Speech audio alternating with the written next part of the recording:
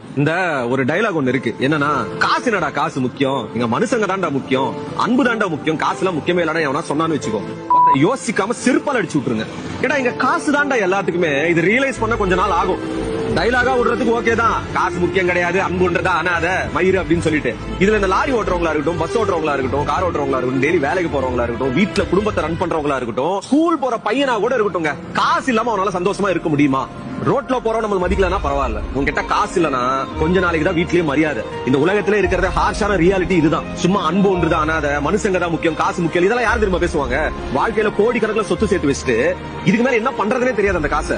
அவங்க தான் இந்த டைலாக்ல விடுறது. ஊருக்கு எப்பவுமே பயங்கர உபதேசம் பண்றவங்க, மனுஷங்க தான் முக்கியம், வாழ்க்கையில இதுதான் முக்கியம், அதுதான் முக்கியம், காசு முக்கியம் அப்படின்னு சொல்றவங்க அந்த காசு வச்சிருக்கிறதால தான் அந்த வார்த்தையே வருது. இப்ப இந்த வீடியோ நீங்க பாக்குறீங்க, ஒரு மைக் மாட்டிருக்க, இதுவும் காசு தான், இந்த காபி வாங்கிருக்க, இதுவும் காசு தான்.